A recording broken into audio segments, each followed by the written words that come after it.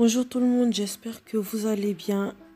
Aujourd'hui, je vous retrouve avec une nouvelle recette. Aujourd'hui, je vais faire le moire wajung que j'avais déjà fait auparavant. Mais vous avez été nombreux à me demander la quantité, tout ça. Donc, je refais une vidéo. J'espère que ça sera bien expliqué. Donc, pour cela, il nous faut 1 kg de riz que j'ai laissé tremper toute une nuit. De la cannelle. Aujourd'hui, j'ai pris de la cannelle en bâtonnet, mais je vais utiliser aussi la cannelle en poudre. 1 litre de lait de coco. 200 g de sucre. Et c'est tout. Voilà. Donc, premièrement, nous allons mixer le riz. Voilà.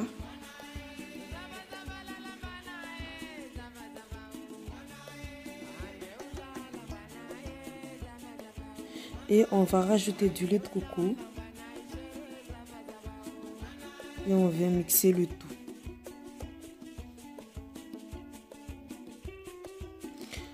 Voilà, vous voyez, là c'est pas encore prêt parce qu'il y a encore des morceaux.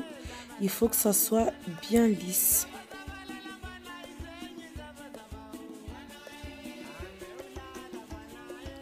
Là, c'est bon. Regardez, vous voyez la différence? Là, c'est bien lisse là. Ensuite, nous allons le verser dans une bassine.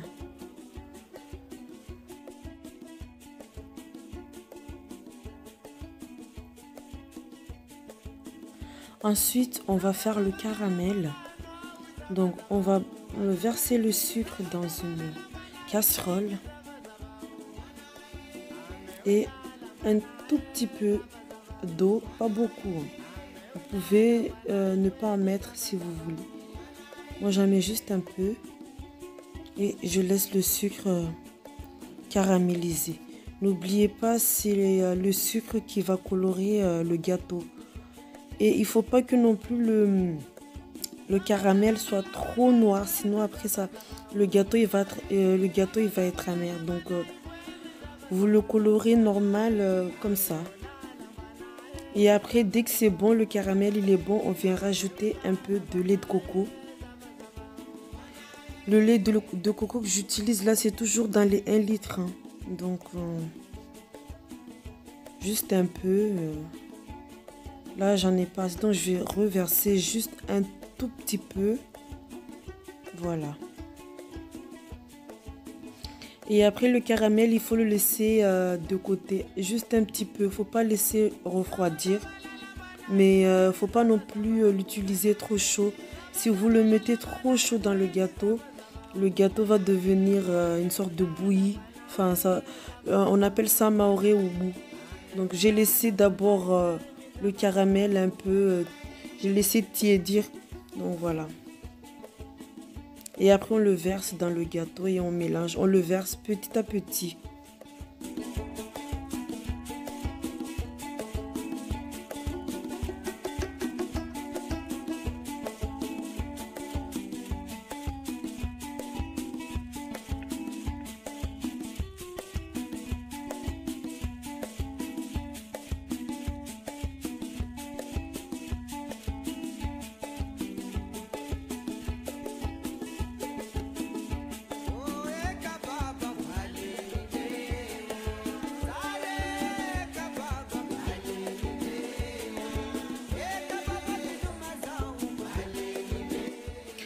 Ensuite, on vient verser le lait de coco, le reste.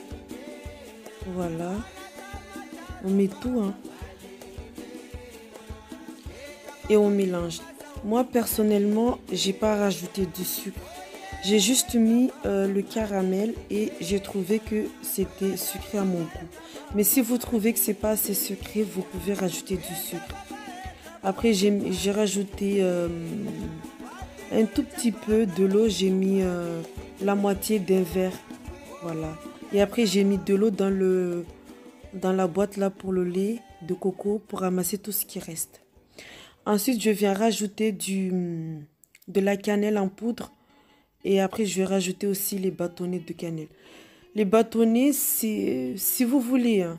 Mais moi, j'ai voulu mettre les deux. Donc, vaut mieux mettre les deux pour être sûr que ça parfume bien. Voilà. Et mélanger le tout. D'ailleurs, je vous referai une vidéo sur ce gâteau, mais revisité.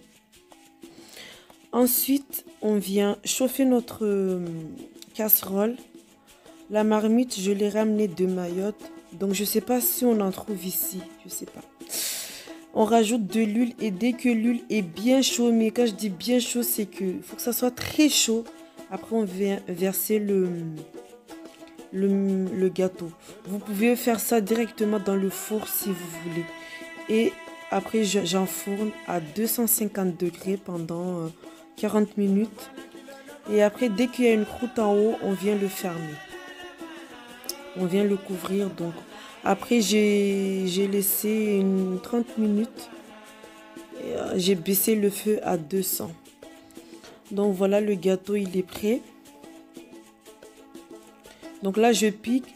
Ne vous inquiétez pas, le couteau n'est pas propre. Mais le gâteau, il est cuit parce qu'il faut goûter. Vous piquez. C'est rare que le couteau soit propre. Vous goûtez ce qu'il y a sur le couteau. Si vous trouvez que c'est cuit, c'est que c'est bon, le gâteau, il est cuit. Voilà, ensuite, pour le refroidir. Donc, moi, j'ai mis dans une bassine. Et après, j'ai rajouté de l'eau froide. Il faut que l'eau soit bien glacée pour l'aider à refroidir parce que le gâteau, il met beaucoup de temps à refroidir. Donc voilà. Et dès que dès que c'est chaud, l'eau, vous le changez. Car le gâteau, il faut toujours le découper quand c'est froid pour éviter que ça colle sur le couteau. Donc voilà, là je vais démouler.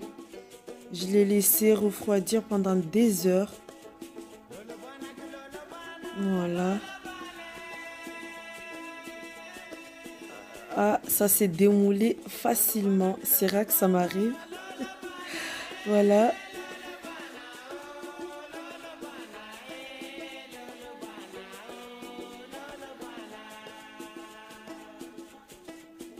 Je le mets dans une assiette.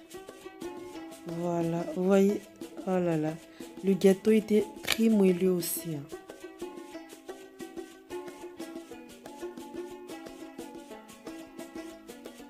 Voilà, ensuite on va le découper.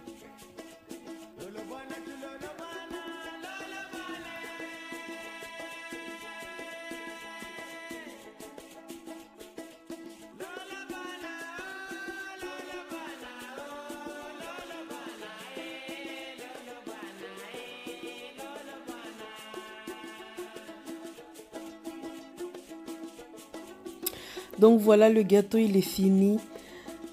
On arrive à la fin de la vidéo. J'espère que cette vidéo était mieux expliquée. Vous avez pu avoir les ingrédients. Je vous dis à très vite avec une nouvelle vidéo.